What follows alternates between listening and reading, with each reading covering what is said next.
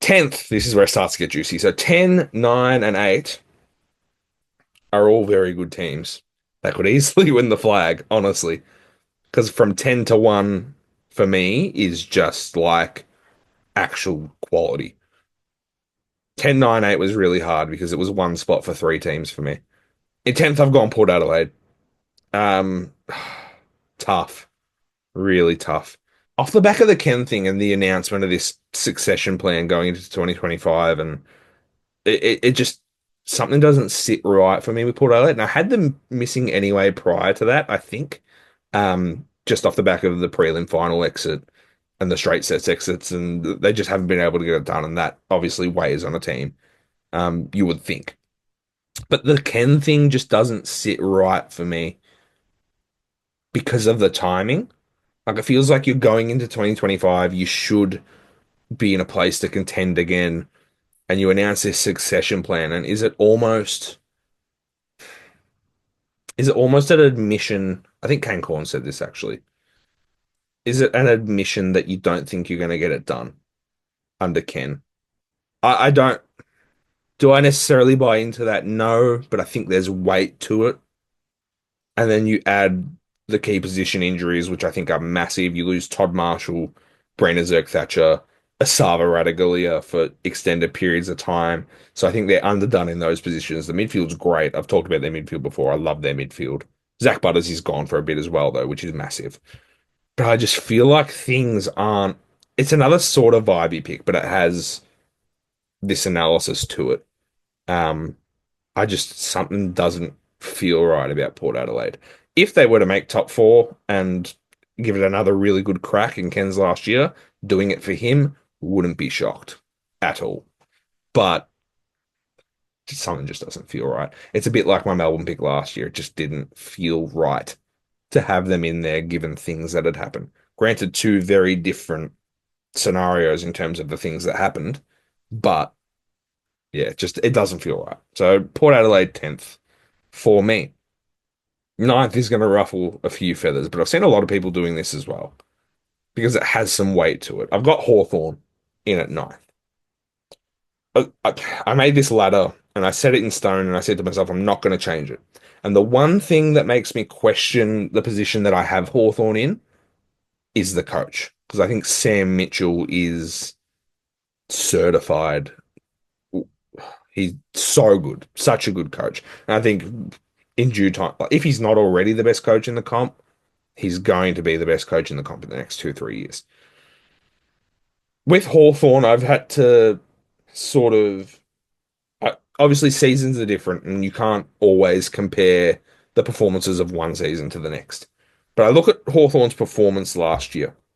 It started very poorly, and then they come out and they won how many games in a row? Like 15, 16. It was something ridiculous. Their back half of the year, their back two-thirds of the year really, were just absurd. Like absurdly good. And it propelled them in, and they finished seventh. I don't think, and we'll talk about this in bold calls later. It kind of spoils one of my bold calls, but I think they're going to start poorly again because they've got a hard start to the year. And I think a lot of Hawthorn fans are looking at this start to the year and thinking, if we can win a few of these games, we're going to look good. But if we can't win three of these first six, it's going to get a bit dicey. Because what are the odds of them going into the back half of that season again and just steamrolling everyone the way they did last year? I don't know. I think to play devil's advocate to all my points so far, them having done that last year will be a great confidence boost for them if they're faced with a situation again where they're 1-5, 1-6, and they have to work their way back again. But I think it's just a bit of a tall order. They're going to miss out by the skin of their teeth because I think they're going to have another strong finish again. But what are the odds that they win as many games as they did again? That's my point. I also think their forward line had a really good run last year. You look at that group of small forwards, Dylan Moore, Jack Ginnivan, Nick Watson, Connor McDonald. I think it all came together at a very good time for that group. And I don't know if they maintain the same consistency, especially since they're pretty, apart from Dylan Moore, they're pretty young as a group. So it'll be interesting to see what they do. Again, much like Port, wouldn't be shocked at all. if they just walked it because they showed last year that they have the ability to really take it to teams. But yeah, it's just where I've got them. What I will say is this year will be really important to the point of what I said about that small forward group, about just getting more games into those younger kids and really letting it settle because this team, when they've got a significant stretch of football together, is going to be, they're going to be good. They're going to be really good. They're already really good, but I just think dip back down before you come back up. It's common. So yeah, Hawthorn ninth could come back to bite me, but yeah.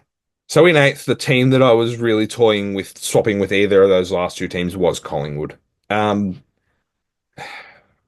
Collingwood was a tough one to place because I understand the criticisms that come with Collingwood having put all their eggs in one basket and really relying on this team and these top end players that they've put together to produce one more time before they get too old and they take that dip.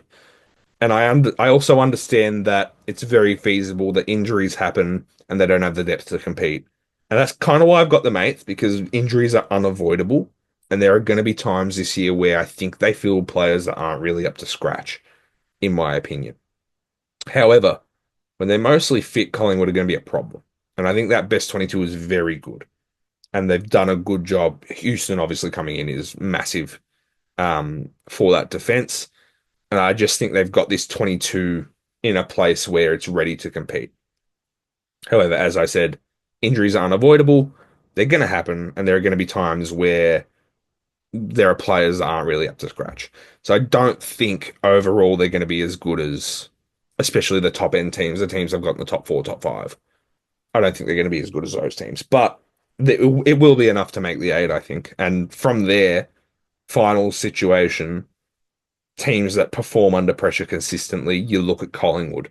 And if they're fit in finals, God knows what happens. But eighth, I've got Collingwood.